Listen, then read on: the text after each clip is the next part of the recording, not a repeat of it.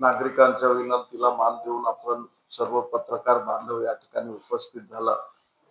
सर्वप्रथम आपलं खूप खूप स्वागत, आपल्याला धन्यवाद. या पत्रकार परिषदेला उपस्थित सन्माननीय ॲडव्होकेट विलास राऊत, बंटी अलेक्झांडर आणि काही लोक आमचे येतील, ते परिचय करून देऊ. मित्रांनो, भारत देशाच्या सरन्यायाधीशपदी माननीय भूषण गवई यांची नियुक्ती झाली. आम्हा भारताच्या लोकांना अत्यानंद झाला. आम्ही आनंदित आहोत. भारताच्या सरन्यायाधीशांचं स्वागत सत्कार महाराष्ट्रात सुरू आहे आणि राजनेत्याला लाजवतील असे सत्कार या सरन्यायाधीशांचे महोदयांचं महाराष्ट्रामध्ये सत्कार जनतेने केलं, उत्स्फूर्त केलं, वकील मंडळींनी केलं.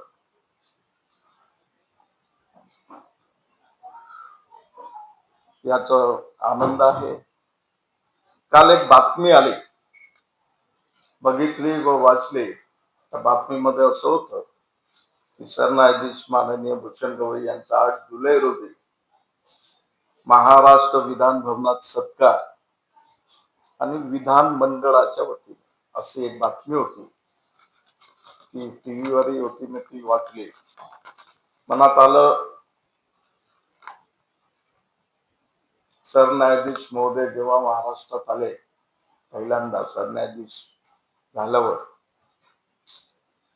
तर त्यांनी जाहीरपणे त्यांच्या न्यायदानाचा ज्या कार्यक्रम होता, जाहीरपणे नाराजी राज्याच्या राजशिष्टाचाराबाबत त्यांनी व्यक्त केली होती, जाहीरपणे केली होती आणि अत्यंत भावुक होऊन त्यांनी त्या प्रोटोकॉल बाबत व्यक्त केली होती.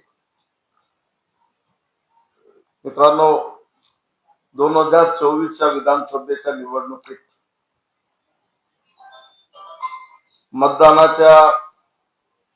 मतदानात हेराफेरी झाली, अशांतता होती, अशी ओरड काही लोकांमध्ये, नागरिकांमध्ये महाराष्ट्राच्या आहे. याबाबतच्या तक्रारी सुद्धा न्यायालयात आहेत आणि त्यातल्या त्यात सत्ताधारी जे नेते मंडळी आहेत त्यांच्याही विरोधात प्रकरण निवडणुकीच्या संदर्भातले न्यायप्रविष्ट आहेत. या महाराष्ट्रामध्ये सध्या हे सर्व सुरू आहे. नुकताच अशोक स्तंभ, सेंगोल हे सुद्धा आता या ठिकाणी हा प्रकरण, हा वाद चर्चेत आहे आणि हिंदी विषयीची जी शक्ती होती कालच ती शांत झालं. हा वादळ, महाराष्ट्रात मोठा वादळ निर्माण होणार होता, तो कालच शांत झाला. शेतकऱ्यांच्या आत्महत्या याबाबत सभागृहात आणि इतर जनतेचे प्रश्न याबाबत सभागृहात मोठं एक सुरू आहे. हे सर्व गोष्ट, या सर्व बाबी लक्षात घेता काल आम्हा नागरिकांच्या मनात असं आलं किंवा भारताच्या सर्वोच्च न्यायाधीशांनी नागपूर मुक्कामी सुद्धा घोषित केलं होतं की मी कोणत्याही प्रकारचं राजकीय सत्कार, स्वागत स्वीकारणार नाही. त्या अनुषंगानं काल आम्ही आपल्या पुढे दिलेलं जी आदरणीय सरन्यायाधीशांना दिलेलं जो निवेदन आहे त्याची कॉपी आपणास दिली. तर काल आम्ही 8:26 माननीय सुप्रीम कोर्ट सरन्यायाधीश यांना ईमेल केलेला आहे, हा पत्र. आणि या पत्राच्या माध्यमातून त्यांना विनंती केलेली आहे की या महाराष्ट्र राज्याचा जो स्वागत सत्कार आहे, त्या सत्कारामुळं संभ्रम निर्माण होईल. तर आपण समजदार आहात, तो हा सत्कार स्वीकारावा की स्वीकारू नये ही आपली परस्पर जिम्मेदारी आहे. अशा प्रकारचं आम्ही त्यांना काल विनंतीचं एक पत्र पाठवलं आणि त्या पत्रावर न्यायमूर्ती महोदय आपलं लक्ष घालतील आणि योग्य तो हा सत्कार घ्यावा किंवा स्वीकारावा किंवा स्वीकारू नये याबाबत ते निर्णय घेतील अशी आमच्या नागरिकांची एक प्रामाणिक इच्छा आहे व त्याबाबतचं निवेदन आम्ही त्यांना दिलेलं आहे. महाराष्ट्र सरकारच्या वतीने जो सत्कार विधान मंडळात होत आहे सरकारच्या वतीने हो वहाँ की पार्टी तो नहीं है वो तो विधानमंडल में विधानसभा में विधान भवन में किसी पार्टी ने तो नहीं किया आदेशित को बरोबर आहे, परंतु ही सरकारच कशी गैर कायदेशीर आहे याबाबतचे पिटिशन न्यायालयामध्ये दाखल झालेले आहेत. इथले मुख्यमंत्री बरोबर आहे.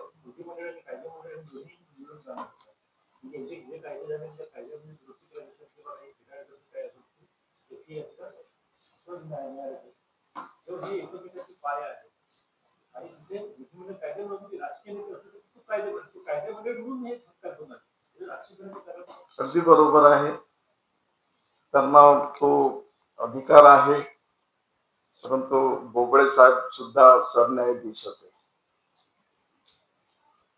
या भारताचे. त्यांचा सत्कार का झाला नाही? न्यायमूर्ती चंद्रचूड साहेब सुद्धा महाराष्ट्राचे होते, त्यांचा सत्कार सुद्धा व्हायला पाहिजे होता. आमचं मत एवढंच आहे की या सरकारबद्दल जी काही संभ्रम आहे जनतेमध्ये, आता इथल्या माननीय मुख्यमंत्र्यांच्याही विरोधात की यांनी मतदानामध्ये काहीतरी हेरफेर झाली अशा प्रकारचे प्रकरण न्याय प्रविष्ट असताना सिंगोल की अशोक स्तंभ अशा प्रकारचे वाद सुरू असताना आमची विनंती आहे सुप्रीम सर्वोच्च न्यायाधीशांना की टाळावं, जेणेकरून संभ्रम निर्माण होणार नाही न्यायदान प्रक्रियेत व जनतेमध्ये. हीच आमची विनंती आहे.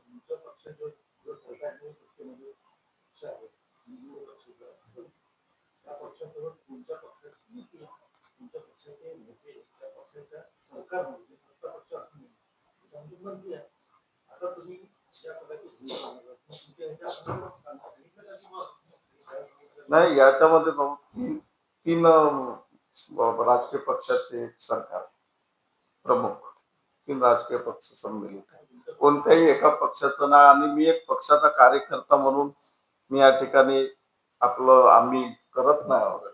ऍडव्होकेट मंडळी आहेत या ठिकाणी, इतर सही करणारे इतरही पक्षाचे आहेत.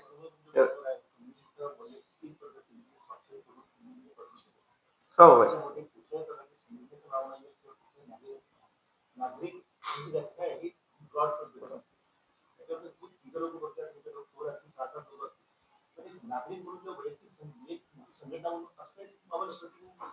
आम्ही भारताची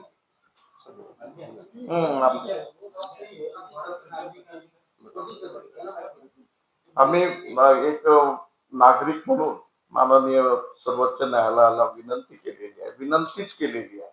निर्णय घेणं त्यांच्या अखत्यारीत आहे.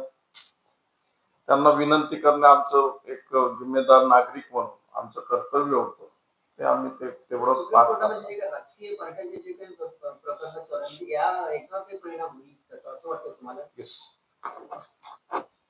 निश्चितच संभ्रम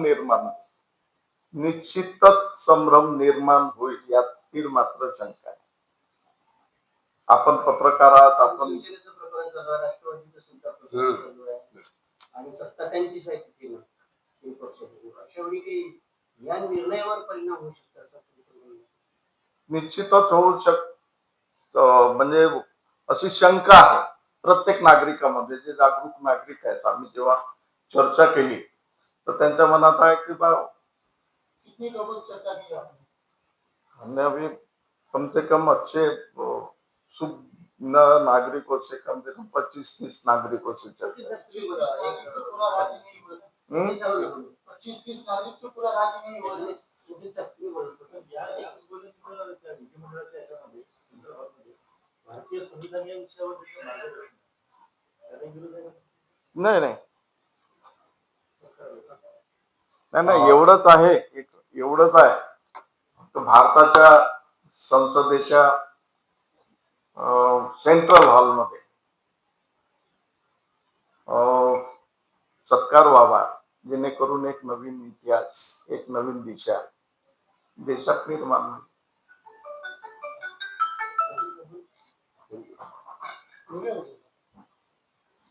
इथे उपस्थित सर्व प्रधानमंत्र्यांना माझा सप्रेम नमस्कार, सप्रेम देते.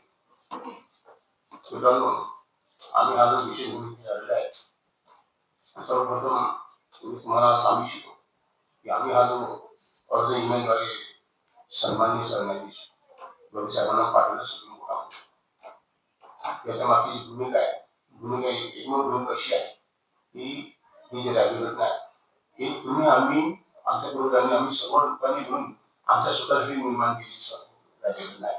म्हणजे आम्ही भारताचे लोक हा त्याचा जो शब्द आहे त्याच्यामुळे आम्ही या सर्व लोकांची प्रतिनिधित्व करतो असं आम्हाला म्हणायचं आहे. आता तुम्हाला सर्व माहित आहे की आपल्या नागपूरच्या हायकोर्टामध्ये, सुप्रीम कोर्टामध्ये, बऱ्याच हायकोर्टामध्ये वेगवेगळ्या पॉलिटिकल पार्ट्यांच्या नेत्यांच्या विरुद्ध बरेच प्रकरण प्रलंबित आहेत आणि काही पार्ट्यांचे मुलगा कशी म्हणून आलेले आहेत आणि लाखो हजारो मतांचा जो घोळ करण्यात आलेला आहे, त्याच्या विरुद्धचे सगळे पिटिशन सगळ्या बऱ्याच हायकोर्टामध्ये पेंडिंग आहेत. त्यात या राज्याच्या मुख्यमंत्र्यांपासून तर बरेच लोक त्याच्यामध्ये इन्व्हॉल्व्ह झालेले आहेत आणि त्या पिटिशन पेंडिंग्स आहेत. हायकोर्टात सन्मान्य हायकोर्टाने त्यांना नोटीस इश्यू केलेल्या आहे, त्या सगळ्या मॅटर्स पेंडिंग आहेत. आणि अशा परिस्थितीमध्ये जर या महाराष्ट्रामध्ये कोणाची सत्ता सगळ्यांना माहित आहे, तर अशा परिस्थितीमध्ये लोकांमध्ये हा संभ्रम निर्माण होऊ नये की एक विशिष्ट पार्टी, त्या विशिष्ट पार्टीची सत्ता या संपूर्ण महाराष्ट्रामध्ये आलेली आहे आणि अशा परिस्थितीमध्ये ही जी विशिष्ट पार्टी आहे ही पार्टी सन्माननीय सरन्यायाधीशांचा सरकार ठेवत आहे.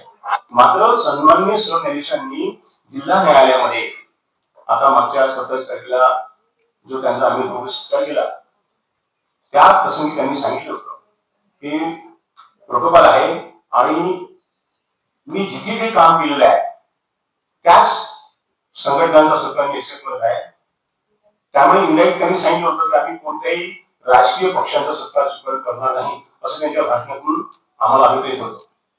मात्र आम्हाला एक सामान्य नागरिक म्हणून आम्हाला एक असं विनंती करायची आहे सरन्यायाधीश साहेबांना की सर, आपण जर हा सत्कार स्वीकार केला तर हा सत्कार स्पेशली 99% बीजेपी या पार्टीकडून होत आहे.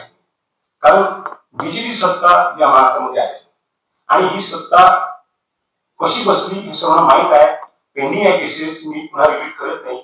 हायकोर्टात सुप्रीम कोर्टात बऱ्याच पिटिशन पेंडिंग आहेत. अशा परिस्थितीमध्ये जर कुण्या एका विशिष्ट पार्टीने सन्मानित सरन्यायाधीशांचा सत्कार केला तर त्या प्रसंगी एक बायस ऑब्लिगेशन्स किंवा कुठेतरी एक झुकत माप त्या पार्टीला जाण्याची शक्यता आपल्याला नाकारता येत नाही. त्यामुळे आम्ही भारताचे लोक, आम्ही सर्वांचं प्रतिनिधित्व करत आहोत आणि संपूर्ण भारताचं प्रतिनिधित्व करत आहोत. त्यामुळं सन्मान न्यायालयाला आमची विनंती आहे की तुम्ही स्वतः सुधणार, तुम्ही समजदार आहात, विद्वान आहात. आमचं फक्त एक सजेशन आहे, तुमच्यापर्यंत पोहोचलं पाहिजे म्हणून काल आम्ही ईमेल पाठवलेला आहे. आमचे एक सजेशन आहे की प्लीज कृपा करून तुम्ही याच्यावर विचार करावा आणि हा जो सत्कार स्वीकारणे अशी आमच्या सामान्य नागरिकांची एक विनंती आहे. जेणेकरून येत्या 4 महिन्यात आपण रिटायर झाल्यानंतर मग तुमची समोरची काय भूमिका असेल तो नंतरचा मार्ग आहे. परंतु सध्या आपणास आम्ही सर्व नागरिक अशी विनंती करतो की कृपा करून कोणत्याही राजकीय पार्ट्यांचा सत्कार स्वीकारू नये, जेणेकरून कोणत्याही प्रकारचा संभ्रम इतर सामान्य लोकांपर्यंत जाणार नाही. थँक्यू.